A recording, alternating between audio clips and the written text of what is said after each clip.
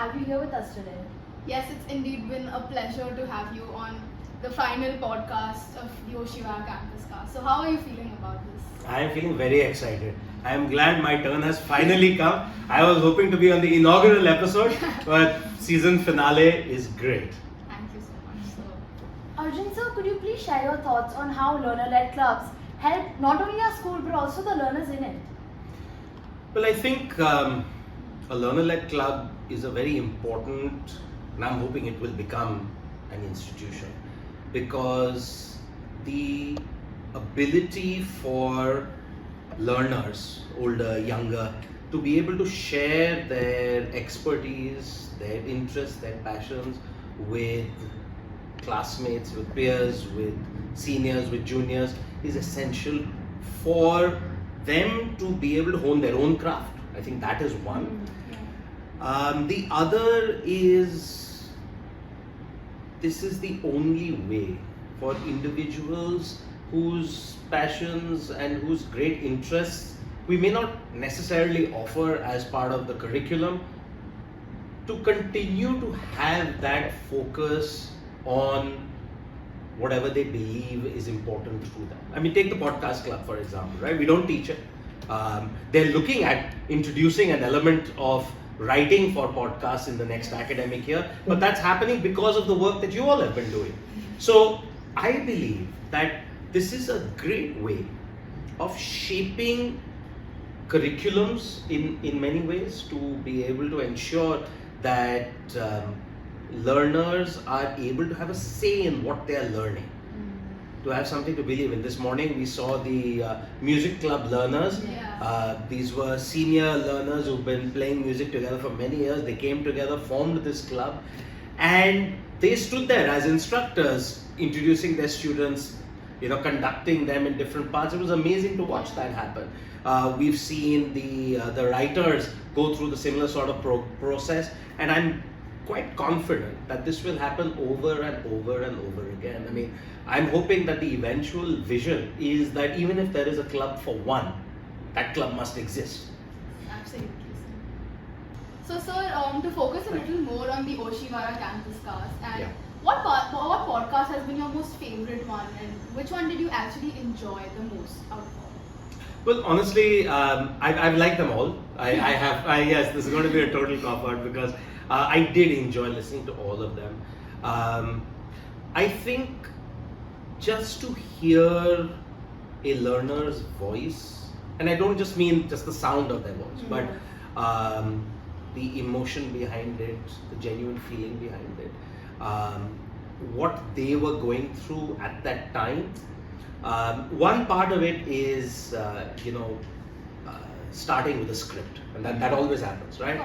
And then while you're recording it, you sometimes find yourself engaging, you're talking about something else. And for me, those nuances are really, really the points that stand out for me, because that is when I can hear in every learner's voice that moment where they are declaring to the world that this thing that I'm talking about matters to me. This is important. I think the what's and the where's and the how's are secondary. I think the why comes through in that voice, and for me that is essential. Thank you so much, sir. So if you yourself were a member of the podcast club, what is one topic that you would really like to discuss?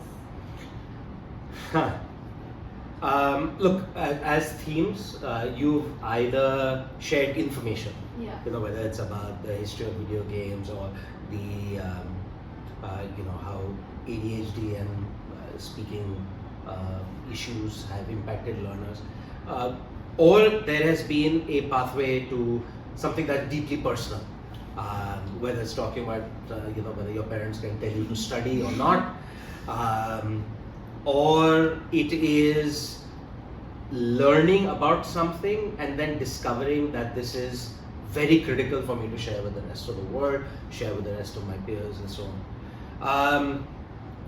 I believe that these general themes, especially where you share what drives you,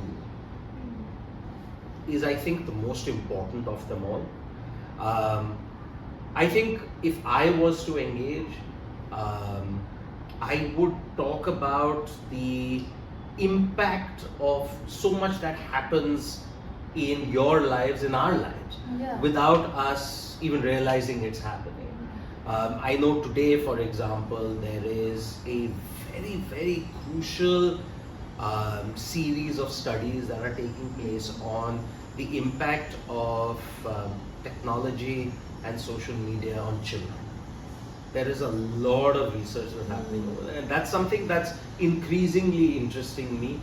And I'm hoping that as an educator, I will get to be a part of that dialogue over the next decade or more, as it becomes clear exactly what kind of world we find ourselves in.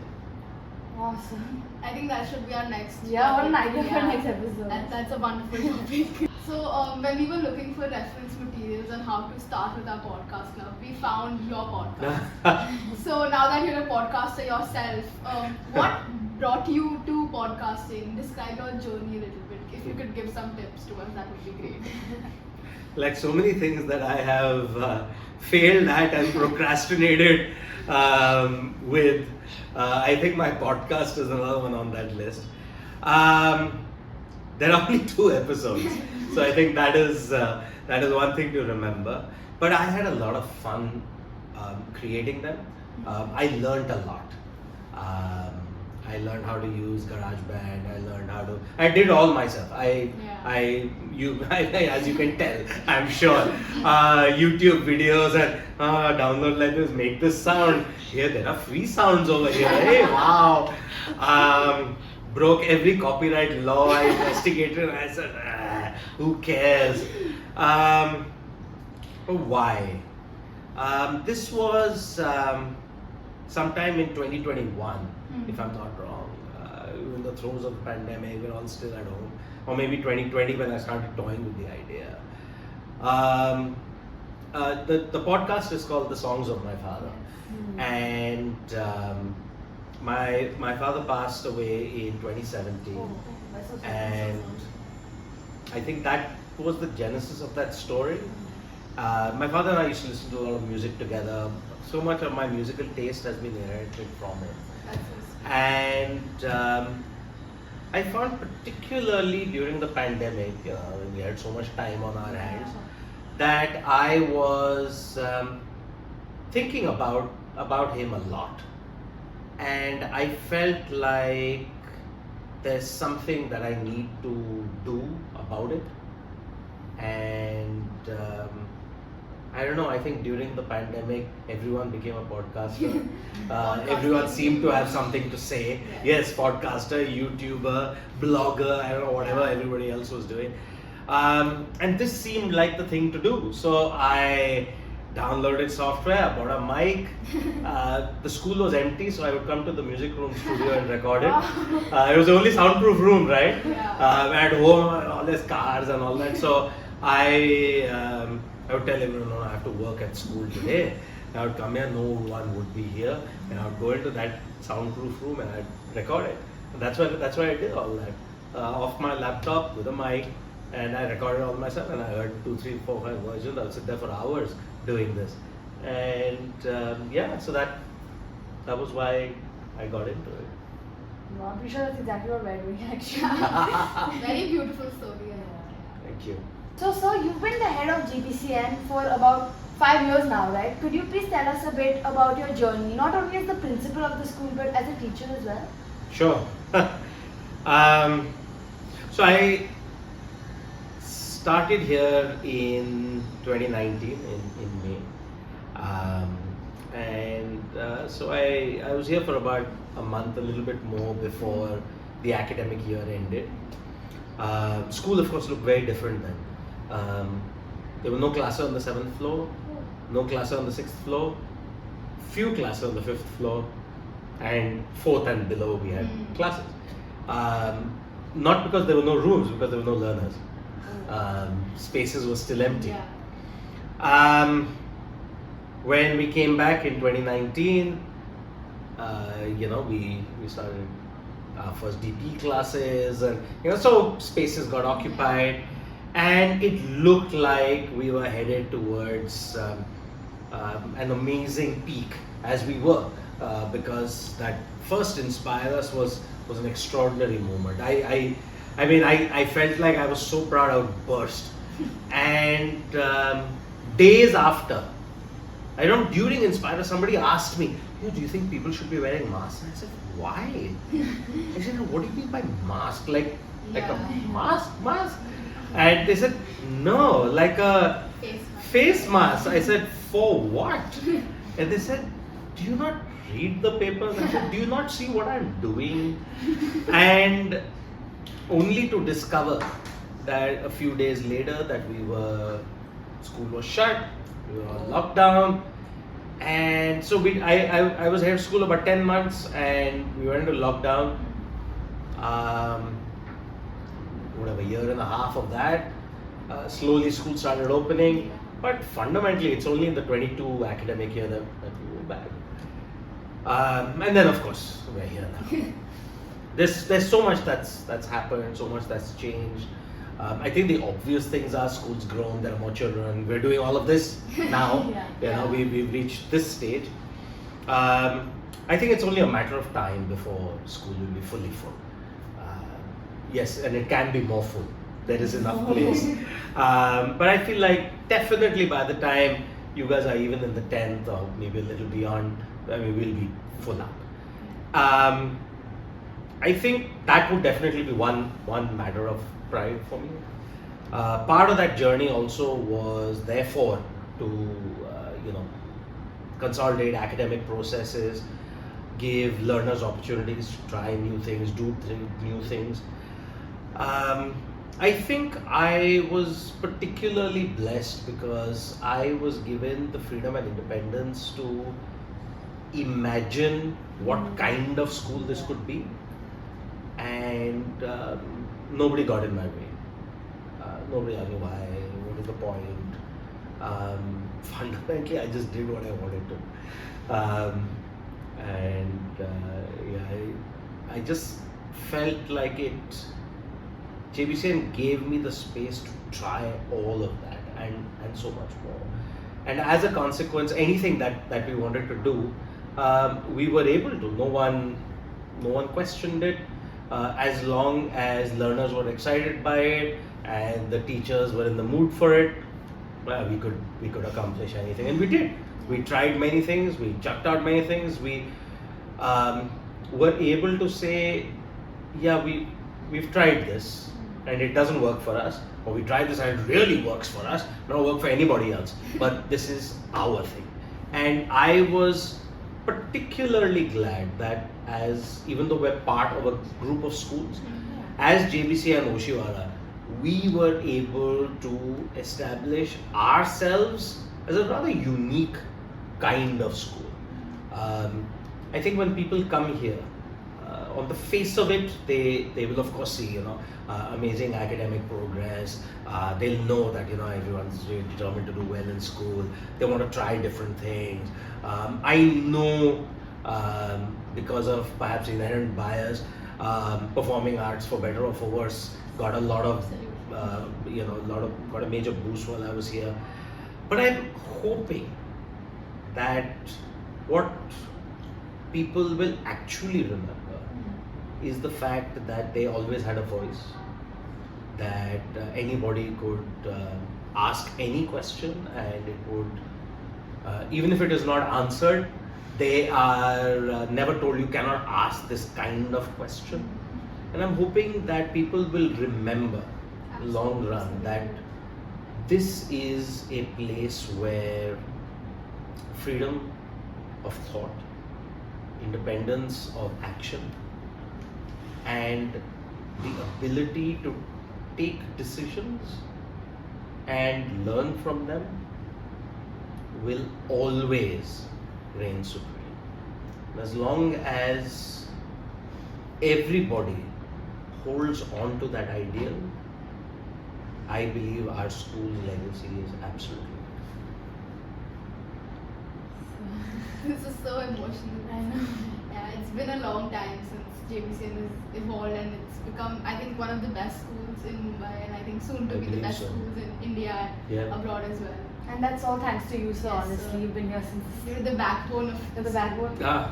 Well, I mean, look, Radhika, I think a very important part of this is the fact that everybody got on board with the idea. Yeah. And it's not like people didn't ask, can we do this? We can do, yeah, whatever you say, whatever. No. People say, no, we won't do. What is the logic behind this? Why are we doing this? And that is really, really important because as long as we've been able to teach you to question everything around you, do not accept your existence. Just, okay, this is my life. No. You're supposed to rant and rave and fight back and question. I know we adults get very, oh God, always asking questions, but yes, that is, you are supposed to. Because if you stop asking questions, then you stop being you. And once you stop being you, then you are somebody else altogether.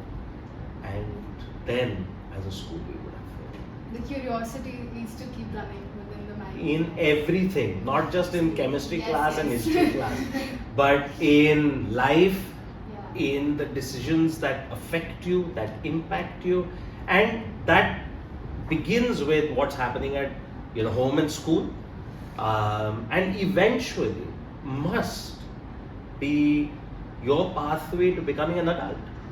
That when you see some injustice out in the world, you say something about it. When you see somebody who needs that help and support, you help them up. And when you believe that somebody needs to be applauded for the work that they are doing, that you are courageous enough to applaud them. So, sir, what has been your favorite memory in JBCN in your tenure as principal? What has been the most exciting thing that you came across? So that I think is going to be the toughest question because how is it possible to choose just one?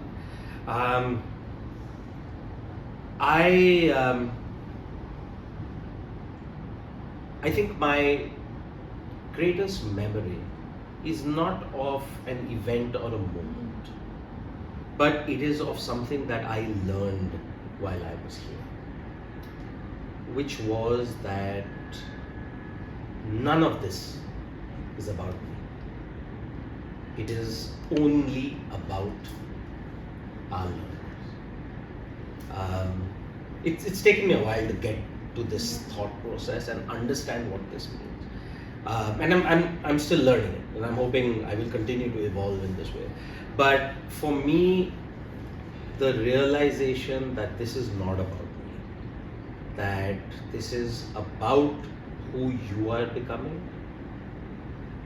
how the world is throwing all these things your way, and while it is my responsibility to make you aware of it, after a point, I have to let the world have its way and have its say. But I'm hoping that we would have prepared you enough for it. For me, the realization that the school is about its learners, that the school will always continue to thrive as long as we remember that it is about our learners. That for me is my greatest memory and my greatest lesson.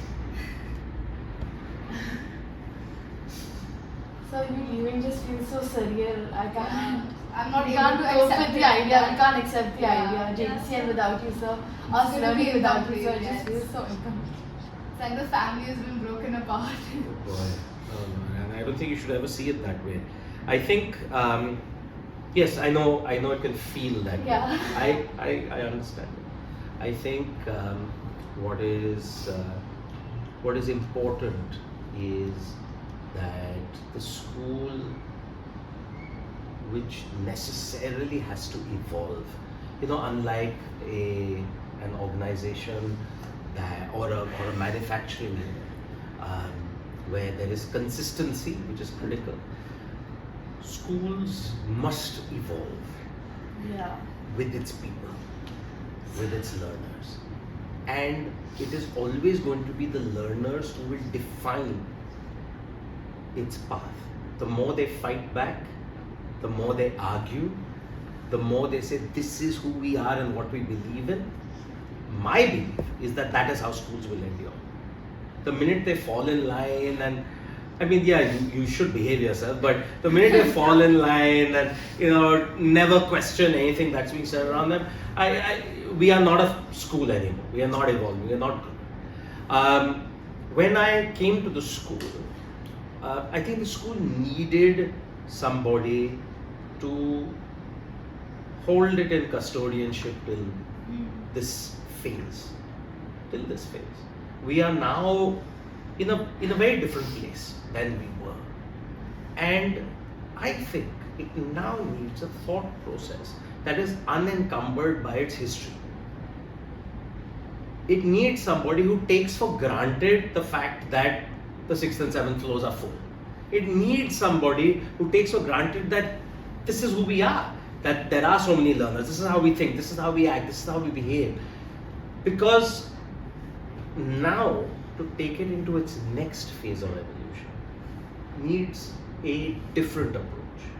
And I know that as you all grow older, there will be that different approach that's needed.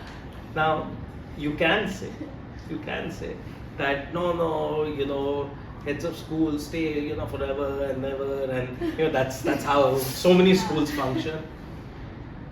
I believe that it is important and I felt this about schools especially, that there is always the necessity for new ideas. There is always the necessity for a fresh thought process that flows through the organization. In that first year, I was still figuring things out. Yeah, we were doing things and things were happening, but I was still figuring things out. In a normal circumstance, second and third years would have been the years that I would have, as a leader, tried new things, would have, implemented some stuff. And the fourth and fifth year, I would have seen those ideas, bear fruit. There was so much firefighting that we had to do in year 2 and 3 because of COVID, because of being in lockdown, that it was genuinely very, very tough for us to be able to get to that point. I think that now it will move forward into what we would call a mature phase of the school, and you all will be the beneficiaries of that mature phase. You will see it. You will maybe think back to it when you'll see alumni, who will come to the school and you say, oh yeah, when these guys were in school, and they'll be like, oh my God, there's so many guys in school. Oh my God, there's no place. And they will not be able to make sense of a school that you will not be able to make sense of. And I feel like it becomes really, really important for individuals to grow as well. For me, and I'm really big on change. I'm really big on trying new things, being different. And if I don't live up to what I say all the time, then what kind of example am I playing for you all? So yeah, of course, there is all the emotion associated, and I'm going to miss every single person. And I'm hoping over the years, people will look at things, will remember, oh yeah, this happened then. Yeah. Because there are so many, I can't even remember some of them, but there are many ideas that are in play that will only bear fruit years from now. And I don't even remember some of them. But I've been a part of that journey, and I will always be very, very grateful to our learners who've allowed me to be a part of that journey. So as a seasoned teacher, educator, as well as podcaster, is there some advice that you can give us? Like advice in general? Yeah, in general. And about podcasts. Well, and about podcasts, okay. I think you must not let your voice be stifled. I think that is the most important advice that I can give you, and I think the most important responsibility that you have. Be unafraid to ask the toughest kinds of questions, and never stifle anybody else's voice. That is equally critical. I know you all are notionally in charge of the podcast club, but your responsibility, therefore, like mine was, is not to choose whose voice gets heard, but that everybody's voice gets heard.